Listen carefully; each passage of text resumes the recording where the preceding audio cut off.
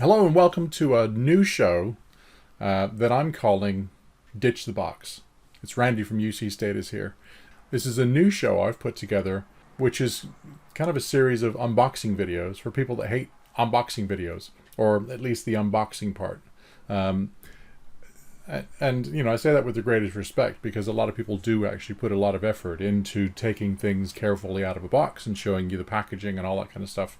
Yeah, that's all fine, but when I get a new toy, I really just want to play with it. First episode, I thought I would show you a new headset that I have from my friends at Yealink. So this is, you can see this here, is the Yealink UH36. It is a stereo, wired, as you can see, headset. It is fully qualified for Microsoft Teams. It actually has a Teams button, as you can see there. And like so many other devices that have a Teams button, the Teams is kind of a multifunctional thing. So when the Teams client is minimized, then in the background, maybe on one of your other screens, if you press the Teams button just in the middle of doing nothing, the Teams client will actually appear and actually pop up on the screen, which is quite good. If you're just about to start a meeting and you get that toast that somebody has joined the meeting or one of your guests has joined, participants has joined, if you press the Teams button at that very moment, you will actually join into the meeting. If you get a call, you can press the Teams button to actually answer, and a few other things besides. So the Teams button is quite good for now. There's probably more stuff coming. I'm sure. I've heard, things like Cortana might be coming to that. If you look at Inspire and Ignite of days past and that kind of thing, Microsoft loves to cook up little things like that. So the headset.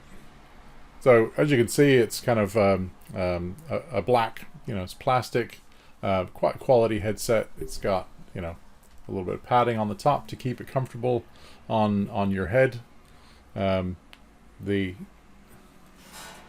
ear cups swivel round to account for or to cater for different shaped ears.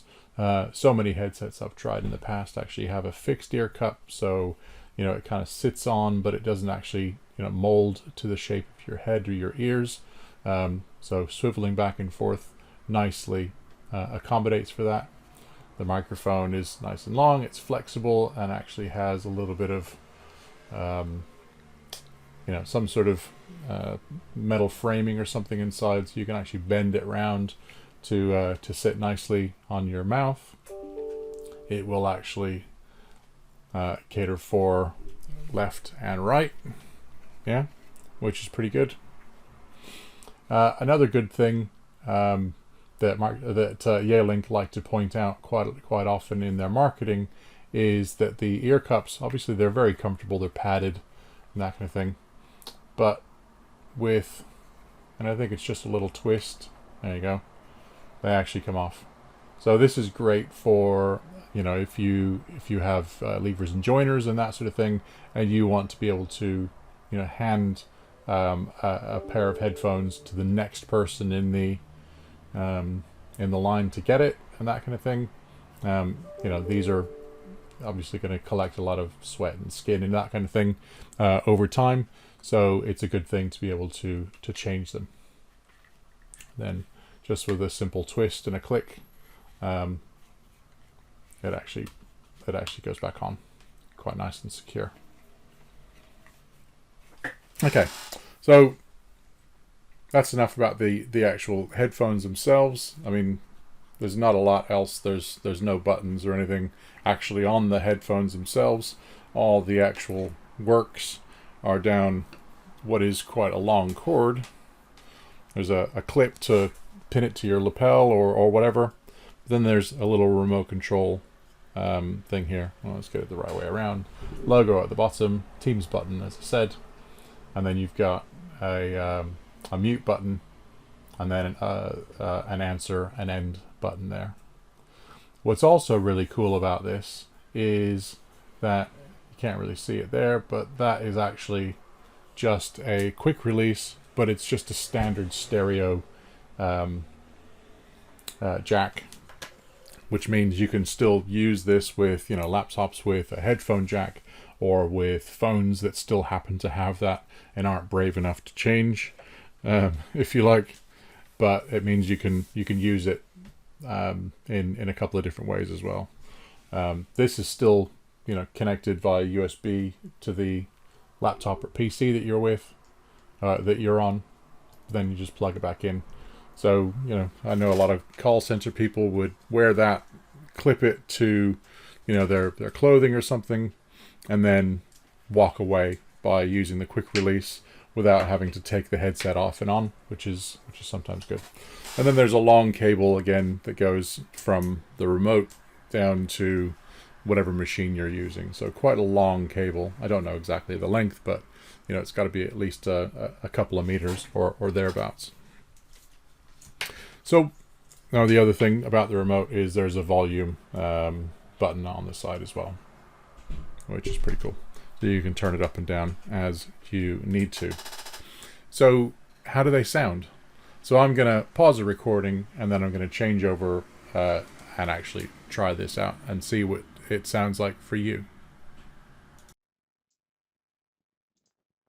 Right, so I'm back. I've now changed over the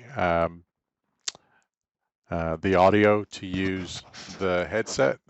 Just get it centered on my face. I can see, you know, I'm using Camtasia to record myself with video and audio, and I could see the audio meter going up quite a lot, so it can definitely hear me. So I'll let you judge. Obviously, I'll be able to hear this in the playback when I've started editing this down to put it onto social and YouTube and all that kind of stuff. But yeah, hopefully you'll see that the audio quality is pretty good.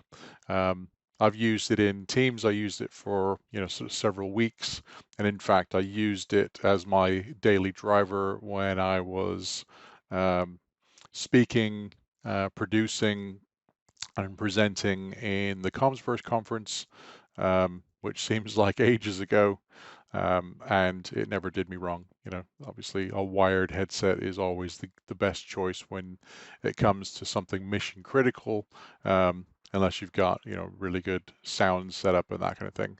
It's also, you know, pertinent when you're running a Teams conference or running a Teams meeting or something like that, to use something that's certified by Microsoft to make sure that it's going to work. You'll know Yealink have got a large pedigree of devices in the wild now, so they've got a whole bunch of categories. So they've had phones for quite a long time, so the 3-pip phones for Skype. They've also got a small range that's just about to grow for Teams native phones running Android. You'll have seen at Inspire or around Inspire, there was some messaging that came out about Teams Display that they're bringing out. And of course, they've got, you know, Microsoft Teams Rooms. Headsets was, you know, something that they were planning on releasing, and this is the first. So the UH36 is the stereo version. There is also a mono version for people that like it, you know, to kind of stop there and go onto one ear. I don't know exactly the model. It might be the UH33. Again, that's just a guess. I might look that up in a second, but there's a mono and a stereo.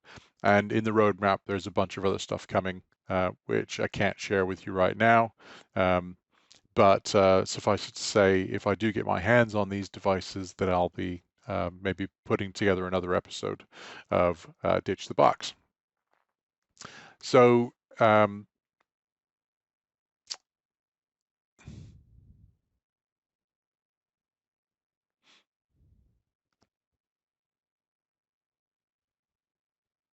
So is there anything else to say about the UH36? But the price point is good, as you'd expect from Yealink. The build quality is very good. The other thing with all USB devices is there's a desktop app that you can install that will actually manage the firmware of the device. And then when you actually use this desktop app, It's called USB Connect. When you do find and actually install the USB Connect app, what it does is it manages the firmware, but it also has the added benefit of being able to add the headset or whatever USB device that you have to their device management platform. And if you haven't used the device management platform, it's what I call YMCS, or Yealink Management Cloud Service. It's a service in the cloud that's hosted by Yealink, that actually looks after all of their devices. So this is everything from USB devices, so their speakerphones or pucks, so the CP700, CP900, USB cameras like the UVC30, which fit with rooms, or there's a kind of a user version, desktop version, and of course there's the headsets and the USB camp. YMCS also looks after their phone ecosystems, so all of the T4 range, the T5 range, an upcoming MP range that was announced, Ignite or Inspire, I can't remember which, and of course their Microsoft Teams Room ecosystem as well, all the way from the first gen, using the Intel NUC, and the second gen, which uses a new PC or a new bit of compute called the M Core. That will actually be the subject of an upcoming episode of Ditch the Box, because I've got my hands on one of their, a couple of their room systems as well. So I'll be putting together a review. But for YMCS, yeah, it'll manage everything, the whole life cycle of all of their devices, from monitoring, being able to get logs, upgrade firmware, and manage things that way. Even look at what's on the screen of a Teams phone, for instance, and actually peek at what's actually on the display when a user is going through it, not in real time, but in kind of screen grabs and that kind of thing. It just pulls the image back. But yeah, so if you haven't had a chance to look at YMCS, I definitely urge you to. YMCS doesn't come in a box, so who knows? I might put together a YouTube video on that and just not call it a Ditch the Box episode. But for now, I think I've been recording and rambling long enough. There's probably a lot of this to leave on the floor, but I hope this video has found you well, of course, and I look forward to seeing you in the next episode of Ditch the Box. Thanks very much.